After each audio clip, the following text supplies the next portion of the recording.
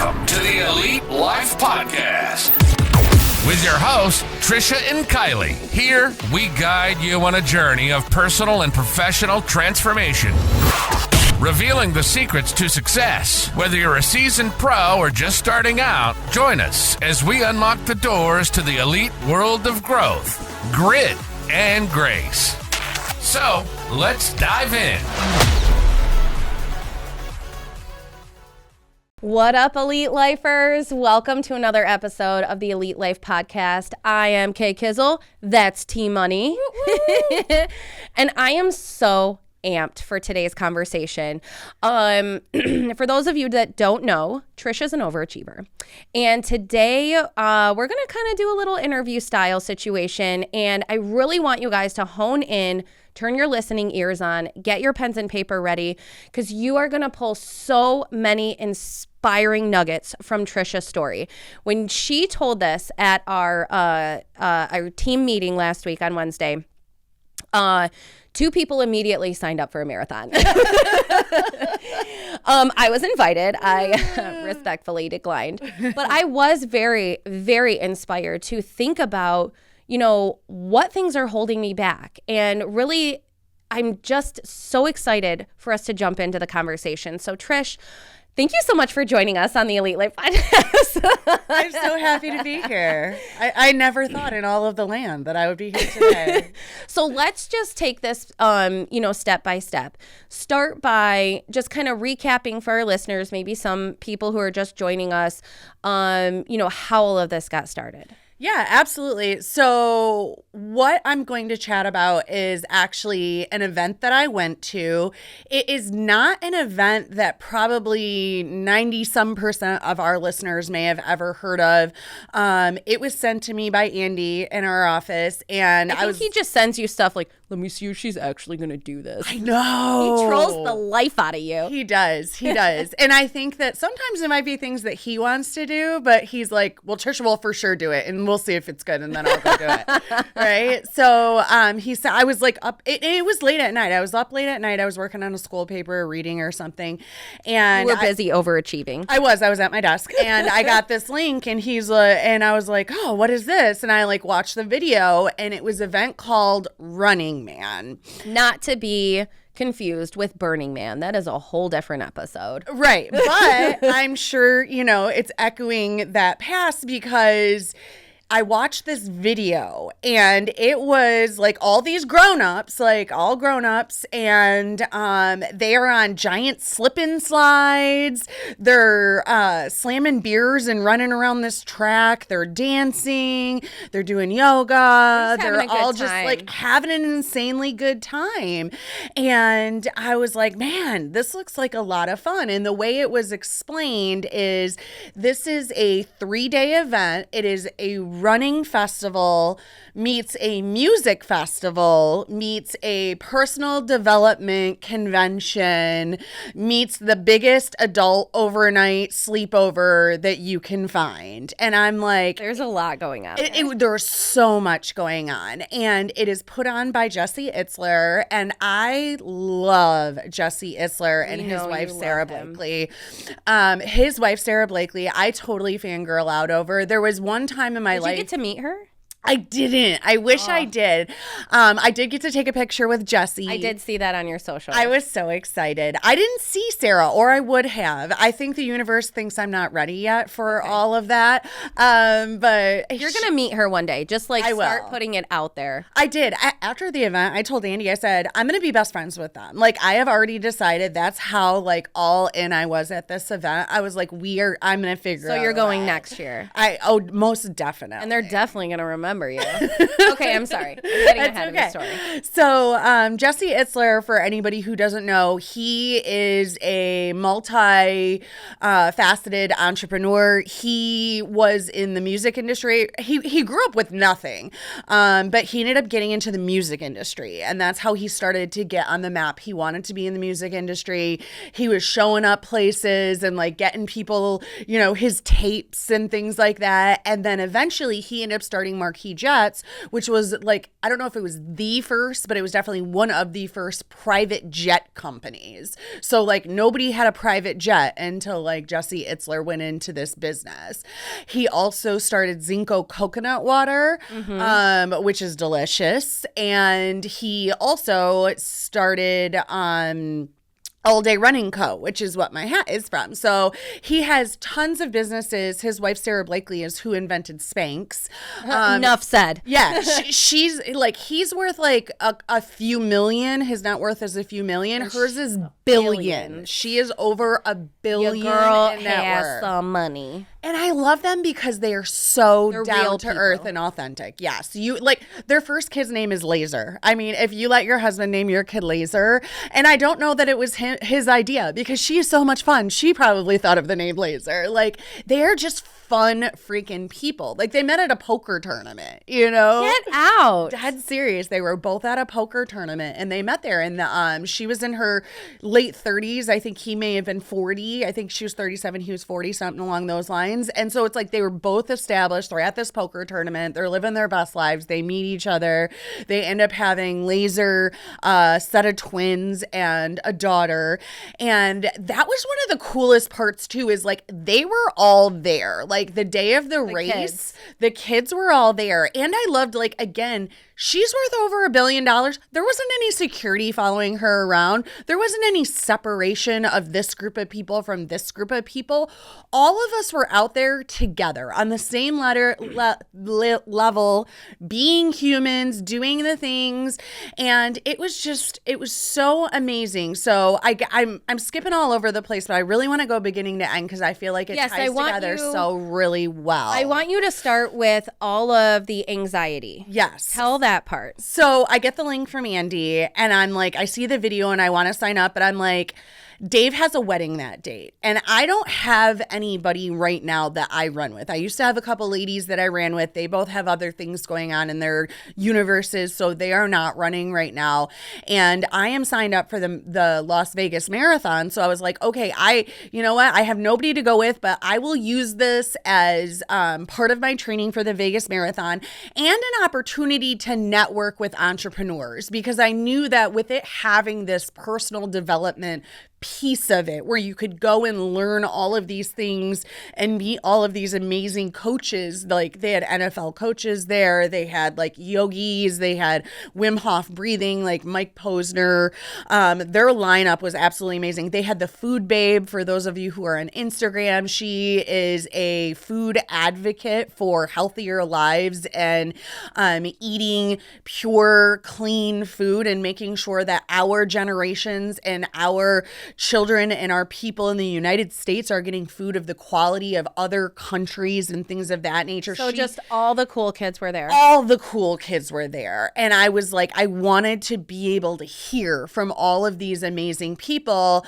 But I was like, oh my gosh, like, so I got to do all of this by myself. I didn't hear you call me and say, hey, do you want to fly out with me? Like, no pressure to run or do anything. Just saying, I didn't get that text message. You already said you would not, you wouldn't be doing it. I can walk a track, let me tell you. I actually posted it on my Instagram, on my Facebook, and asked who's coming with me on multiple occasions and got no takers. Listen, my life coach says get on social media and get off. Create before you consume. Write that down. Create before you consume. So I signed up. I'm like, you know what? I'm justifying it to myself with I have Delta points. I'm going to fly for free. I have Marriott points. I'm going to stay for free. Go watch our episode Travel Tips with Trish so you can find out how I stay for free and fly for free all the time. So I'm like, what, you know, I'm all I got to pay for is the event. That's it. So like, why wouldn't I go? Right? Like I need to get outside of my comfort zone. God lined everything up for you. I need just to meet some be able new to go. people. I'm going. So I sign up and like I signed up a while ago and as we're getting closer and closer to the event, like I'm getting nervous and anxious inside without saying that I'm getting nervous and anxious inside. I'm like, oh my gosh, like I travel all the time alone, but it still is intimidating, especially Atlanta's airport, which is like the largest airport in the world, I think, or something like that. So it's like I had to travel to Atlanta by myself. I'm getting my own rental car. I'm driving myself to the hotel. I'm staying in a hotel in a city I don't know. I'm going to this event that I don't know anybody there at all.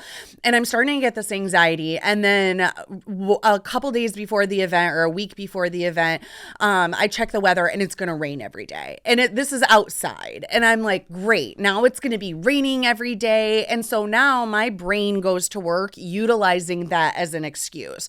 It also is going to be Trent's first games of the season. So now I have a real excuse. I'm like, oh, well, I'm a mom. And of course I want to go see my kids' first games of the season. And it's going to rain. And I don't want to injure myself in the rain. So I probably just shouldn't go. Like, I should go to Trent's game. I should not go. Like, I even went on the website and seen if the tickets were transferable. You did? I'm dead serious. Like, I didn't tell anybody this. Dude, I was like, she didn't mention this in your pep talk. Because it's like, I like to do scary things, but that still doesn't mean I'm not scared when I go do them. Well, that's you know? bravery. That's courage. It is. And I was like, no, like right on the website, it's like no transfers. And it's like, I also knew inside, like, I'm going to look at this to like give that voice in my head, like I tried, but I also knew that they weren't going to allow it. So it's like, I'm locked and loaded. I'm going to do this thing, but that doesn't mean I'm not scared to do it. So I get there, I show up, and as I'm like driving in, it's so funny because again, I'm in the middle of nowhere, Georgia. I have no idea what to expect. Like, the videos don't show you like the full venue or anything like that. Okay. So I'm driving down this road and there's this turn to get in, and it's like these gates that open up with this guy wearing what looks like a Kevlar vest, like a big security dude in a vest. And I'm like, what am I going into? And so like I drive in and he's like, you got your ticket? And I'm like, yeah. And I show him my ticket. He's like, all right, have a good time. And there's all these Runningman signs. And I'm like, okay. And like the like, you know, the print is all fun. And there's a little guy, for those of you who are on video, there's a little smiley guy and it's all cute and fun. And I'm like, okay, like going to Runningman. This is going to be fun. It's going to be cool. And I drive back and it's like, I was joking because like I'm driving back to this compound. Like you're just driving down this dirt road. There's nothing on either side. This is like a private residence. It's not a rec park or anything like that. It's just this long dirt road and you're just driving and driving and there's just nobody like, around. I'm going to end up murdered. I'm serious. I paid money for someone to murder me. Yes, exactly. I was just like driving back. Like, here's me. This is the part of the movie where everybody's like, turn around. Right? So I get back there and I go to park and it's literally just a big old open field. And everything is like in the middle and it looks like a concert in a field, like a Burning Man or like what you would imagine Woodstock looks like or something like that. It's just one giant open field with like a stage. And then there's all of these like tents. It looks like wigwams. He called it glamping. You could choose to stay on site and glamp, or you could self-sustainable, bring a tent and camp. So they had glamping, they had tents, they had a stage, and then they had all these like kind of pop-up like, tents I'll in the be in middle. a hotel, thank you. Yeah, and I did. I booked the Marriott because I was like, you know, after running, I'm going to want to shower. I'm going to want AC. I don't know if it's going to rain. I didn't know what glamping would look like exactly getting there. So I'm like, this looks really cool and there's nothing else around. And I'm like, okay. So I'm walking down, I get in line, they put this little bracelet on me. They're like, have a great time. And like right that moment, something clicked for me that was like, you have this opportunity to do all of these things. Like, do not leave here without doing every single thing. So I literally walked into this tent and they were doing yoga and I plopped all my crap down and I just started doing yoga. Like immediately, like do not pass go, do not collect $200. Like sit down and start talking. And I missed the best part. On my way up, a guy starts talking to me and he's like, oh, where are you from? You know, and he's like, I'm from Boston. I work at Fenway Park. I'm here by myself. And I'm like, okay, I'm not the only one here by myself. I made a friend. Yeah, I actually texted and I was like, I already made a friend before I got in here. And that was what helped me to like click like, okay, this broke is an the ice opportunity. a little bit. Yeah. Yes. Other And you people are went here straight alone. into Trisha mode. Yep. Other people are here alone. You have these opportunities, like do everything, see everything. everything, learn everything. And that's exactly what I did. I did yoga. They had a little box there with like all the things you want, like blocks, straps. I was like, oh, like that was one of the first things I noticed, because I was like, what am I going to be doing? Yoga in the rain and the mud? Like, this is going to suck. No, like they had yoga mats out. They had every single thing you could ever want. Like, I could tell immediately, like everything was like top notch, nice stuff, legit. You had tents everywhere. The weather was nice. There was no rain.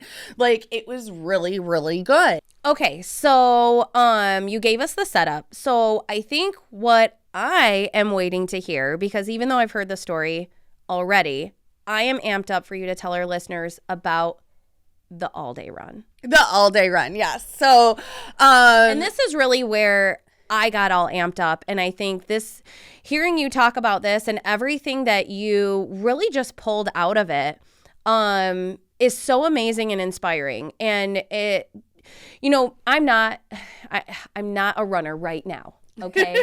Because I know you're all about the stories that we tell ourselves. Right now, I am focused on other things, which is fine. That's the season I'm in.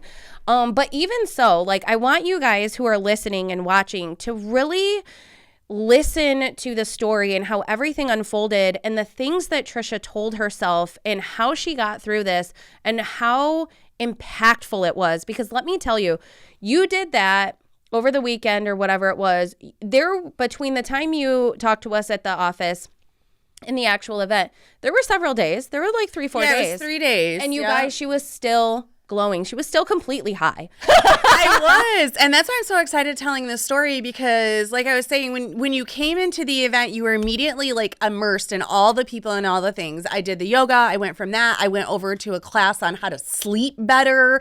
They gave us tips for sleeping better. Then I went into a class on how to run for longevity, so that these people that were teaching the class, the coach, Jeff Galloway, he has been an ultra runner for years, running 100-mile races. And he developed a method that really like helps ease up the running on your body and make it so that you can run for hundreds and hundreds of miles, and anybody can be a runner. So I'll have to make sure me and you do an episode about that, Kylie, because I thought that was so amazing. And then we went into the evening, and Jesse Itzler got up on stage to speak about the all-day run. And I had already decided in my mind you, I signed up to do a half marathon, which is 13.1 miles. And I had told myself when I signed up, okay, I'm going to sign up for a half marathon. I'm slated on my training plan to go 18 miles. Now I'm in my mind going, well, it's going to run. It's going to rain. If it rains, I'm only going to do this many miles. But before Jesse Itzler got up to speak, there was a guy there, and I was eating my dinner, and he's like, oh, that smells good. And we start talking, and he's like asking me questions about like my life and things I've been doing. And I told him about my 52 and 52, where I did 52 competitions in 52 weeks. And he's like, well, what was like the most impactful one? And I was like, oh, this one I did in the rain in Kansas City, where it was like raining and we almost died, and it was crazy and it was wild, and I got rained on like for 4 hours. And then he's like, well, what was the hardest one? And I was like, oh, I did Hawaii. It wasn't Hawaii. It was Really? actually this one I did after the Warrior Dash. It was a the name is escaping me right now, but it was an obstacle course race, and I had to scale walls with no ropes. You had to like run and like hop on people's shoulders to get over these ropes, and I had to run up this one wall where like a lady had just broke her leg. Oh my God. And it was pouring down buckets of rain. And as I'm telling these stories, I'm realizing that all of my most memorable races were in the rain. And here I'm like telling myself I'm gonna bow out of this race because it's raining, and every story I'm telling, I'm like, it was pouring down rain, and then I'm like, well, I guess I run in the rain all the time. Yeah. So that busted open that excuse for me. And then Jesse gets up, and it was so cool because you're around all these high achievers. Like everybody that's there is a high achiever. They're an entrepreneur. They've built a business. They've done something amazing. They're somewhere amazing in their lives. They've climbed Mount Everest. We heard from 3 people that climbed Mount Everest, which, by the way, people die on the way up there. You have to climb over dead bodies, which is wild. Like just all of these amazing people that ran across the whole whole United States, coast to coast, like That's all of these wild. stories. I was just like, oh my gosh, like I'm sitting here whining about I'm going to run in the rain tomorrow in a field. Like these people climb freaking Mount Everest. Like it was insane. And then Jesse gets up there and he starts telling us this story about how his dad had passed away a couple years ago and his mom just passed away. And when she passed away, they realized they had to clean out the house. And so she had these thousands of books and the book dealer was like, hey, you know, I want you, called his brother and was like, you need to come over. I found this book and it's not a book. And so he went over there and the book was actually a safe. And in the safe, there was this piece of paper and it said, if anything happens to me, you're the only one that knows this. Here's an address to a safe and here's the code. And so Jesse's brother calls him, is like, oh my gosh, like, I don't know what's going to be in this safe, but I just found this. And Jesse's like, oh, what's the address? And he's like, bro, that's one of my houses. So Jesse goes to his house. He hadn't been there in a million years. And he goes in there and there is a pocket watch from his great grandfather and another book. And the book was written by his great grandfather. And it like said on there, it was like, you know, the first page was like, this book is written down to leave an account of our family and our family stories. This book is not for money. And he like went on to talk about how like when you go out to do things, like money is great and we all want money and we need money and it makes the world go round. But when you go out to do something and when you go out about your day, you need to have a mission. And what is the life story that you are writing? Because every day you're writing a page of that story and you're not writing it for money to sell the story of your life. You're writing it to leave a legacy for future generations and to record what the story of your life was. And every day when you go out and write those pages, like you want to go out and set these goals and have conviction that when you set a goal that you're going to do something amazing in your life, you are 100% without a doubt going to do it. That's it. You come out to Running Man, you are going to run that race. You sign up for that marathon, you are going to crush that marathon. You start that business, you are going to succeed in that business. And you have to have so much conviction and tell yourself and everybody else around you, this is going down. Take your worries off the table. And when you go out like that, you are going to succeed every single time because you also are going to be committed. So when you go into an endeavor, you have to be 100% all in committed. You can't be 1 foot in and 1 foot out. How do I transition from this job to that job? Or maybe I'll sign up for the race and I'll try it, but if I don't finish, that's okay. No, dude, you have to be committed to what you are going into. And when you are committed and you are convicted and you are doing it with a mission and a purpose behind it, you will win. You will succeed. He said, so all of us here, right? All of us here have this opportunity tomorrow to go out and do something we can be proud of. So don't leave this opportunity without making yourself proud. And he went through this whole story and he also talked about how like what's going on around you, like your environment cannot and does not dictate your outcome. He said, because here my great grandpa is, he had to escape the war. He escaped the war. He is an immigrant hiding on a boat. He comes into Ellis Island. He has head lice. They tar his skull. That's how they got rid of head lice. They burned his skull off, right? He comes here. He's penniless. He has nothing. He meets this woman. He starts a family. That's how Jesse's dad's born, right? So Jesse's dad's born from this man who came here with absolutely nothing, including getting his skull tarred off, his scalp tarred off. And like, here's Jesse Itzler, millionaire with his wife, the billionaire, right? And he's one generation removed from nothing. So you cannot let your environment dictate what's going to happen in your life. You can't say, well, because my grandparents or my parents or even my youth was like this. No, you cannot let those things define you. So whether it's raining tomorrow or you're not feeling great or whatever it is, whenever anybody asks you how you're feeling, you're going to say, I feel outstanding. And he told us about like this 100-mile race that he did with this Marine. And one of the things is he's getting to mile 75 and he's so tired and, you know, he's like, dude, I'm not going to make it. I'm not going to make it. And he goes, Jesse, when we go into this next stop, you're going to say, my name's Jesse Itzler. And I know this sounds crazy, but we don't get tired. We don't get tired. And he like went through this whole story and he goes, so when somebody asks you how you're feeling tomorrow, you say, I feel outstanding. We don't get tired.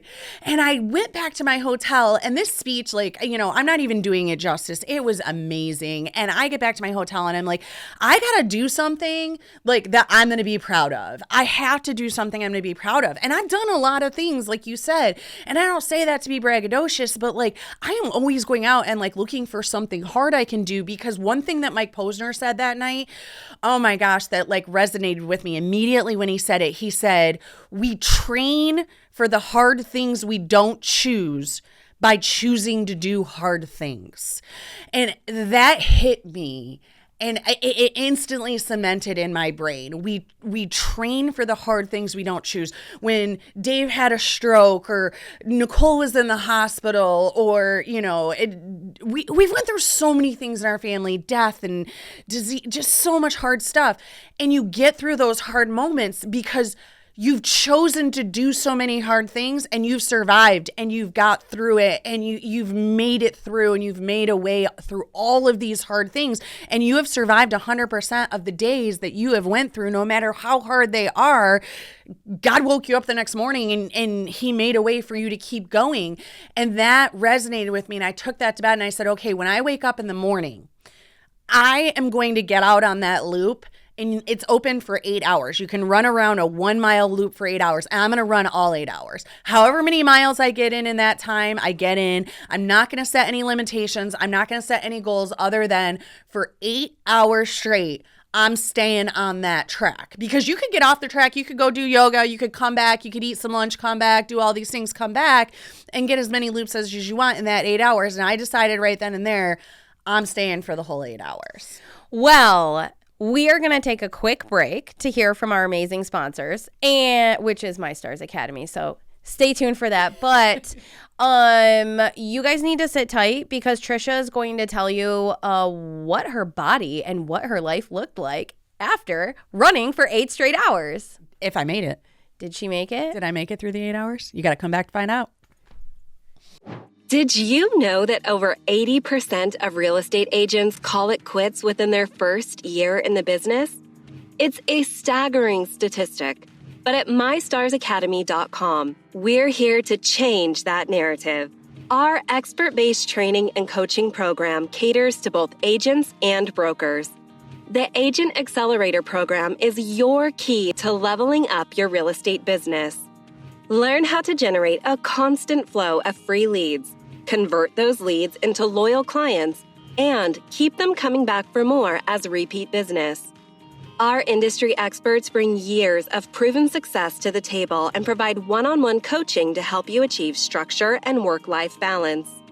We'll map out a plan for you to follow, guiding you through the steps to scale and grow both in your business and personal life. Don't become another statistic. Visit mystarsacademy.com and enroll today to pave the way for your future success. All right, welcome back to part 2 of Trisha's super inspiring tell-all from her experience at Runningman. So if you are just popping in, do a quick rewind, because you're not going to want to miss the first half of this discussion. So just to catch you up really quick, we're at Runningman. We had an amazing inspirational speech from Mr. Itzler. We are doing all of the things. And now we wake up and we are ready for the day that we committed to run for 8 hours. Yes. So I get back to Runningman, and I do want to let everybody know, if you sign up for Runningman, I would sign up for the glamping. Next year, I want to stay on site, because when I had to leave after that inspirational speech, it sucked. I wanted to stay so bad. And they did have like a whole fire and s'mores and a sing-along. And I was like, I got to drive back to my hotel, which is 22 minutes away. So like I missed out on some of the stuff by not staying. So I would say, like, don't do the hotel, even if I am very bougie. Their glamping tents, they did did nothing cheap. Like when you walked into this glamping tent, like it was beautiful. First of all, there's a whole box of stuff they gave you. You got a gigantic box full of freebies, socks and eye patches and earplugs and supplements and all of this cool stuff. And then like their setup, like it's this like super nice mattress with a down comforter and like a super nice pillow and golden toilets, and like it was not camping. It was glamping for sure. It was like a hotel room, but it was on the facility outside. So like pick glamping, because I was sad to leave. And then when I showed up in the morning, I was freaking pumped to get back. And when you come back, everything is included. So when you come in, there is breakfast laid out, there is granola, there is fruit, there are bars, there is coffee, there is coconut water, there is supplements, there is electrolytes, like literally everything you could want to eat or drink is all there for you for free and included. So you come in, all the food is laid out, all the coffee is laid out, all the drinks are laid out, and I'm talking like name brands. I was very impressed. Their bathrooms, they're not porta potties, they're actually like trailers with nice toilet paper and nice wipes. And if you are someone who is a runner and has done a lot of like long distance race, porta potties and that toilet paper gets rough after a while, literally. So it was so nice to have like really nice facilities. Yes. Yeah. Always clean, spotlessly clean. People constantly emptying garbages, cleaning up floors, like in the bathroom. After so many rounds of the circles, you know, you got muddy shoes and stuff were in a thing. People cleaning all the time. That part, to me, I was like, oh my, I loved. Like, there was never trash anywhere. It was always spotlessly clean. So I get there, grab a little snack, go to get in line. Everybody, like, already music is pumping, like, vibes are going. People are dressed up in fun costumes. For the run? Oh, yeah. There was like a duck, like somebody in a duck costume, like bouncing around. Are you going to wear the house costume next year? I thought about the house costume, and I'll probably bring it next year. I will. But Jesse was in like this American flag jacket that somebody gave him. Of course. And he, of course, does this like super inspiring speech. And then somebody from his staff comes over and she's like doing a little Instagram video. And she's like, okay, what are you signed up to run? And I'm like, oh, I'm signed up to run the half. But I decided last night I was so inspired. I'm going to stay on for 8 hours. And she's like, all 8 hours? And I'm like, yeah. She's like, I will be back. This is going to be an amazing journey. So it was so cool because as soon as I said that, right, and she was like, I'm going to be back. Now I have to run all 8 hours. You just told somebody. I just told somebody, and she is going to chronicle my journey through the day of staying on the loop all day long. Now I have to. Now I'm in. Gotta do it. So race starts. Everybody's going. Everybody's excited. Energy's on 20. We're all doing our loops. There's so many things I loved. I didn't know what I would think about just going in a circle all day long, right? Like you would think that that's going to get boring. It never did. It was so great, Kylie, because like we talk about visualization.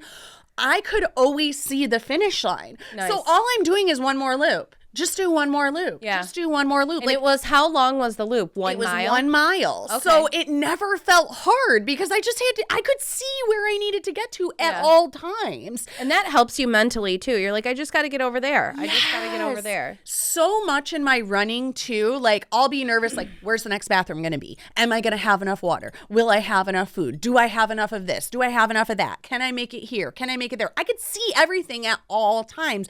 And his staff was so great about like making sure everything was full all the time. There was always element for electrolytes. There was always water. There was always pickles for sodium. There was always bars. There was always like these big things of oranges. So every single time I knew I just needed to get to the thing. And if I wanted some oranges because my blood sugar was getting low, or I wanted some, Cheez-Its or whatever it was, like everything was always there. So number one, I stopped less because I didn't have this anxiety over will there be more or will I have a bathroom to get to? I knew I could always get there. So until I actually needed something, I didn't need to stop.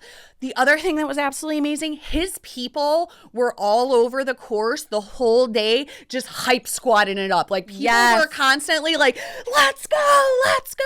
Like, there was a guy at the finish start line that every time I went around that loop, he looked me dead in the eye and he's like, you're doing a great job, kiddo. Like, eye to eye connection. Like, these people made you feel like they genuinely and authentically wanted you to frickin' win. Yeah. And it was like, there was a woman that was a little bit further down, and I'm talking every loop. Like, I loved that I could like count on the fact that I'm gonna get around so I can see her again or see him again. Even the photographer that's taking photos, he sat in the same space all day long, the entire 8 hours, going, you're doing a great job. You're doing a great job. That's amazing. And they're talking directly to you. I loved it because it wasn't just like lip service. It wasn't like, oh, let's go, everybody. And they're looking off into the sky. They're genuinely like, let's go. And so I'm smiling all day long. And I'm listening to all these stories of these people around me. Amazing stories of beating cancer and surviving like accidents and just all of these stories, you know, the things that they did. Like, one guy was talking about how he goes out and he works with the special needs community to get them up and getting in jobs, and how to job interview and how to dress for the job and how to interview and how to build their portfolios and their resumes, and just all these people out helping the world and making the world a better place. Every story I heard was inspiring. There was not one negative comment the entire day. Not on my foot hurts, not on my back hurts. When somebody came up, it was like, I feel outstanding. We don't get tired. And I was hyped. There was not one moment the whole day where I was like, oh, this sucks. I don't want to do this anymore. You probably had so much, number one, adrenaline rushing through your body from the hype and the run and your body working, and then being surrounded. I mean, that is just such a testament to the people that you surround yourself with. How, whether it's in your professional or your personal life. And we talk about this a lot, and it's definitely something that I feel like, you know, you have to keep hearing, because you know, through life, obviously, you keep encountering people and you meet new people, and you can, you know, I said something to my friend the other day. She's going through a rough patch. She's going through a season, and I'm, you know, just trying to get her to the place of like, hey, obviously this is God's plan for you. Like, we share the same faith, and so it's okay for me to have that conversation. I'm like, obviously this is God's plan for you. What is he trying to tell you? Or like when I was talking to Bevan, our friend Bevan got into a very scary motorcycle accident, and she had just finished her therapy for coming off of her ankle being all busted up. And all I could keep thinking is like encouraging her in the spirit and being like, you know, rather than like, oh, are you going to get on that motorcycle again? No, I was like, what is God trying to tell you? Like this, he's trying to tell you something amazing. He's trying to show you something amazing. And being surrounded by that, or like being that person for someone else, is so amazing and such a great way to impact the world.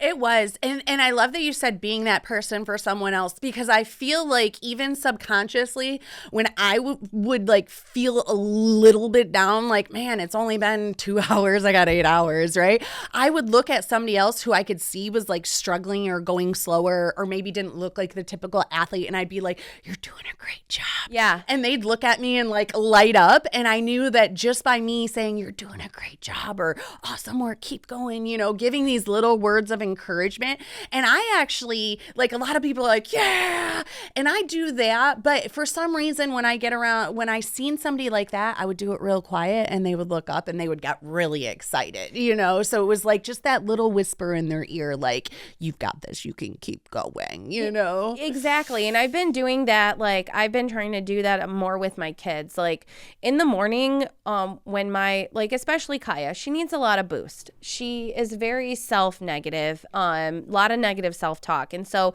whenever I see her doing something good, I'm like, I make her lock eyes with me, and I'm like, Kaya, you're doing a great job. This is fabulous. This is great. This is wonderful. And it's just so you just never know how you're, like, one last thing and I'll let you keep going. And I want you guys, if you take nothing else away, like, be this person in your life, be this person in someone else's life. If you don't have kids, it really doesn't matter. Do this for strangers. We were driving to school and it was on garbage day, and I have to go down this little residential road to get to the school, and people were coming on the other side. So we were stopped behind the garbage truck. As we go by, the girls rolled the windows down and they shouted at the garbage guys, "Hey, you're doing a great job!" at the garbage guys, because you could tell they were feeling anxious about holding up traffic, and my girls wanted them to know, we're patient for you. We are so thankful for you and the part that you play in our community. So if you do nothing else, maybe make a goal that at least once a day you will find someone that you don't know and just be like, "Hey, you're doing a great job." I love that. That is amazing, Kylie. And it had to make your mom heart so freaking I almost happy. started crying. And that was another thing too, like being out on that race. Jesse Itzler's kids were out there. They're running. Like, there's this little Of their boy own running. volition. Yeah, there's no parents with them. Like, Jesse's like, Sarah, I think, was in the sauna doing a sauna challenge. Jesse's off, like, doing interviews and things like that. And here's their two sons, Laser and Charlie, and they're running. I like how they go laps. from Laser to Charlie. That is my favorite. Laser, Charlie, Tepper, and Lincoln. And Laser and Charlie are running laps like right next to me. And they're just like these two kids that are out there. It's not like, hey, my parents are billionaires, like they're just regular kids out there. And they're regular kids out there. Can we talk about that? Kids out running, because this is just what we do, because we feel like it. Nobody told them to do it. Nobody was watching them with a camera. It was just the two brothers out there running around in circles, chatting, having a good time. And then later on, here's Charlie all by himself. He's like 8, 9 years old. He's just out running circles. Here comes Jesse. Jesse's like, "Charlie, you're still out here?" And he's like, "Yeah." And he's like, "What loop are you on?" 11. I'm gonna go a couple more, Dad.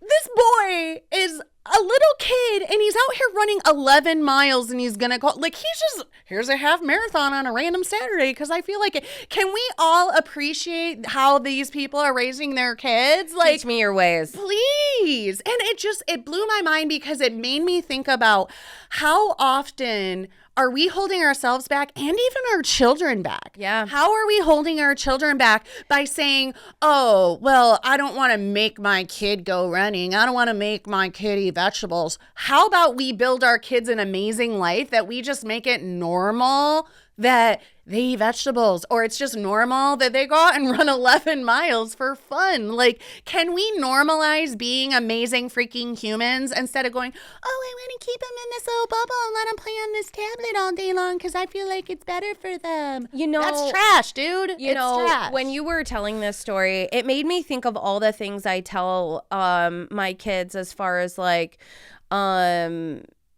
just thinking about even like chores and things that they want to do. My goal, and I really chewed a lot on everything that you said. And I started, and especially on Monday when Andy was talking about have a purpose, it's like, what is my purpose? Number one, through my faith, my purpose is to spread the word of Jesus Christ and the good news there.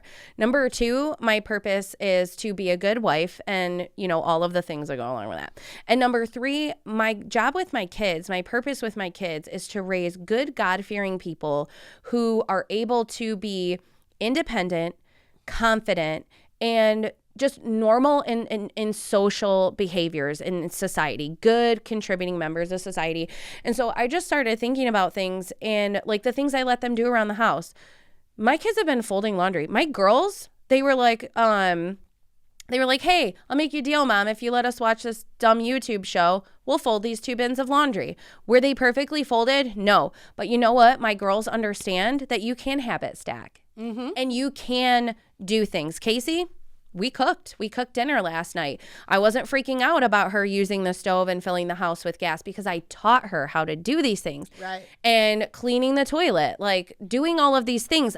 If I die tomorrow, I want to make sure that my kids have a good idea of how to take care of themselves and how to show other people how to take care of themselves. So it doesn't even have to be like this big picture of like let's just normalize teaching kids how to be good people and do good things and make good choices and take care of themselves. Because I think that what I was thinking about is like holding them back, like, oh, that's not a job for you. That's a mommy job because I'm using the stove. Oh, that's a mommy job because you're cleaning the icky toilet. No, do it. Let me show you how to do it. And so long as you do it right, everything will be fine. And helping them to build like mental grit and no quit attitudes. Like I think about this all the time. And I always thought about it with Trent because Trent's first year so when we put Trent on skates, my mom wanted to sign him up for skating lessons. She signed all her grandkids up for skating lessons. Trent failed at skating lessons. They're like, your kid will never be able to ice skate ever in his life. He sucks. And he wanted to play hockey. And I'm like, if you don't know how to skate, you can't play hockey. Finally, I was like, screw it. Just put him in. As soon as he got a hockey stick in his hand, he was fine skating. First team he played on, lost every game. And there was a guy at the time I was dating, and he's like, why don't you just let him quit? He hates it out there. It's miserable. Why do you make him keep going to these hockey when he wants to quit? He doesn't like it. And I'm like, because we don't quit. I'm not doing that. Now, imagine if I would have listened to him. Oh, my God. Trent's entire life would be completely different. He would be a completely different human if I would have just let him quit. But I didn't. He'd be in prison. Right. Let's just say he'd be in prison. Seriously. But I wouldn't. And now I'm seeing it with Angelina, right? When Angelina, when she was little, we were signed up to do a color run. I think she was like 5, maybe 4 or 5. I don't know. But she was old enough that she could jog and she could see the color run. And she was not signed up for it. Trent was. Trent ended up having to do something for hockey or something. And so I was like, we'll have Angelina run. And Dave's like, she's kind of little. I'm like, she'll like the colors, right? And I was like, let's ask her. She wanted to do it because we showed it to her. And she's like, okay. She gets there. She starts getting nervous. She doesn't want to do it. I know everybody's looking at me like, you're going to make that little kid do this when she's crying. She was crying. And I'm like, yes. Because I know that if nothing else, she can walk it, right? And the same thing with me in Running Man. I'm like, if I got to walk for 8 hours, I can walk for 8 hours. Absolutely. Like, whatever. So I made her do this race. And afterwards, she did it. And she had a great time. And she smiled. She had a wonderful time.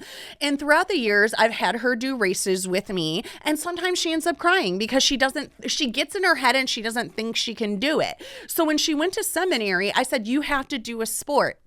I said, I'm going to sign you up for cross country. We start running and she's still crying. She's 15 and she's still crying. And she's like, I just think running isn't my thing. I said, you've only ran one time in the last 3 years. It's not your thing. You just aren't used to it yet, right? And she's like, well, I just don't think it's my thing. And I'm giving her all the tips and we're doing all the things. And I'm like, okay, I'm teaching her different techniques and she's still crying. So she goes to seminary and she gets on the cross country team and she's gone for a week of camp, right? And we come to her first race at the end of the week and we don't know what to expect. Every time she's ran, she's cried. And, but I won't let her quit, And so I'm like, okay, because I know she can do it. Not because I want to be mean or I want to push her or I want to make her cry, because I know she can do it. And I know that when we do hard things that we think we can't, the pride that you get out of that is a feeling like none other. And I want her to feel that. And I want her to know that it's not will things be hard in life? It's when. Things are going to be hard in life, especially for a woman, especially for, someone like her that comes, she's had a lot of loss in her life and a lot of things she had to overcome, and things will be hard. They will be hard. They're hard for everybody. And I want her to learn how to get through those hard things and do hard things and be proud of herself. So she does her first race and I get there and I see her running and she's smiling. She is smiling. Thank baby Jesus. She smiled through her entire first race. And here she is. She gets done and she's like, was I last? No, you weren't last. Okay, we go to the next race. And she goes through it and, she doesn't look good. And she's last. Okay, so we go to the next race. But and she finished. She finished. And I was like, that's what I'm proud of. She's like, I'm sorry, my time wasn't good and I was last. I don't care if you finished. You finished. And you're smiling. You are smiling when you are out there running. Every time she sees us, she starts smiling, right? And this last race she won, she finished the other day, this week. She cut 3 minutes off her time, which for running is huge. And she's not last anymore. And each time she goes out, she cuts off more time. And she's so freaking proud of herself. You know what she's saying? running now. I really like this. I thought it wasn't my thing, but I love it. I'm having such a great time. I made all of these friends, and now it is everything to her because we didn't let her quit, because we taught her how to do hard things, because we made her understand that this could be fun. And now it's just going to be part of her identity, that it's something that she does all the time. Just like hockey is part of Trent's identity, just like running those loops for Jesse's kids are just part of what they do. It's not hard. It's not a big deal. It's not even something to get congratulations for. It's just part of what they do. So really quickly, before we run out of time, I need you to finish. So I got to finish the race. You have to finish the race. So you're doing the laps. Bring us to like the last couple laps in the end. So we're getting towards the end. They're like, you got about, 15 more minutes. And I see this girl in a walking boot. And I come up and I'm like, oh, did you get in that boot here? And she's like, no. I said, so what happened? She said, I broke my femur, which is the big bone in your leg. It's like one of the most painful bones to break.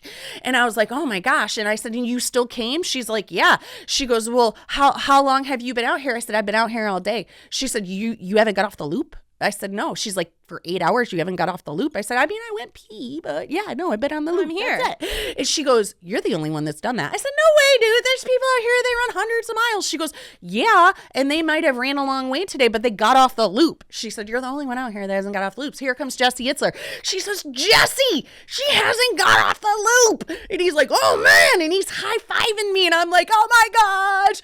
And so I'm going with her, and she goes, I got to tell everybody, you haven't got off the loop. And so this guy runs by, and he's got this flag on his back, and he said, if we start running now, we can get in 2 more loops before it's over. I had no intentions. I was going to be done this loop. I said, all right, I'm going to chase this guy. So I start running with him, and I chase him, and I go through, and the girl who I've been slapping hands with all day, she says, what loop are you on? I said, I don't know. She said, okay, let me look. And I said, okay, I'm going to run one more. And I come through, and I said, how many loops did I get? And I look at the screen, and she goes, if you run one more loop, you ran an ultra marathon. I said, excuse me, what? I said, can I run one more loop? They said, we'll keep the loop open for you. So they kept the loop open. Just for you. Just for me. And I start running. And I'm like, oh my gosh, I didn't even have an ultra marathon on my bucket list. I never in my entire life quickly tell us how many miles that is. It is a 50K. It is 32 miles to run an ultra marathon. So I am running. I get halfway around. I hear them go on the mic. They're like, Trisha, we know you can hear us. We are all waiting at the finish to cheer you on. You are Runningman. You've been out there all day. And I am like, oh my God. So here I am. And it was funny because I told everybody the coolest thing about a 1 mile loop is nobody's ever last. I'm last. So I come running through and the whole finish line is packed. They got a camera crew out there. They are cheering for me. I start crying. Yeah, you did. I am running. All these strangers are hugging me. It was amazing. I turn into Ricky Bobby. I don't know what to do with my hand. I can't think of anything smart or inspiring to say. I don't know why I am crying. I have run an ultra marathon. I have like 6 cameras in my face. They're all like, oh, how do you feel? And I was supposed to say, I feel outstanding, but my brain is frozen. I'm like, I feel like I want to cry and I don't know why. I'm in shock that I did this. Like, this is amazing. And I can't think of anything inspirational to say. And they do the thing and they give me this cool medal that I finished my 50K. And then afterwards, I got this giant backpack with all of my patches. And it was so inspiring and amazing because I love feeling proud of myself. I listened to what Jesse said and I was like, man, like, this is part of my story. Like, I tell my kids, you don't quit, and I didn't quit. And I tell my kids and my people at work, like, do amazing things. And I went out and I did amazing things. And I kept my integrity and my word, and I stayed out there no matter what. And I had a freaking great time. You did. And I felt amazing. Like, I was walking around the next day and people were like, oh, what did you run? And I'm like, I ran the 50K. And they're like, whoa, and you're just walking around and you're fine? And I was like, God was yes! like, God was definitely blessing you with feeling good. He was, and it just speaks volumes about, like, again, the environment that you're in, because I ran 4 marathons before that, and Thought you were gonna die. I thought I was gonna die. My body was wrecked, but here I was fine. Like, I got a couple of black toenails, but other than that, like, it was the most amazing experience of my life. And then the next morning we got to do goat yoga and goat hiking with these little cute baby goats, and we had Mike Posner did a big concert, and I mean, the event was just like, the event cost some money to go there. I would have seriously paid triple. After I went there, like, I hope he never raises the prices, but it was worth triple what I paid. Like, the experience, the speakers, the knowledge, the people, the achievement, like, everything about it was a 20 out of 10. Like, I can't stop talking about how, like, I have this much energy about it, and I've already told the story a lot of times. Yeah. No, and I know that you're going to be telling the story for a long time because that is an epic story. And so I'm so glad you were able to share this with everybody. For you listeners out there, thank you so much for joining us. We know that you have a lot to choose from when it comes to your listening pleasures, and we're super honored that you chose us. So make sure you hit that subscribe button if you like the show, share the show. This was amazing to hear Trisha talk. She dropped so many nuggets, so much inspiration. And make sure you come back next week because we drop fresh content every Thursday here on The Elite Life. Bye. Thank you for joining us today on the Elite Life Podcast with Trish and Kylie. Don't forget to share this episode with a friend so we can keep delivering you more fantastic insights on grit, grace, and growth. Stay connected with us on Instagram and Facebook, where we'll keep the ideas flowing to help you build a life you love and leave a legacy you can be proud of. Until next time.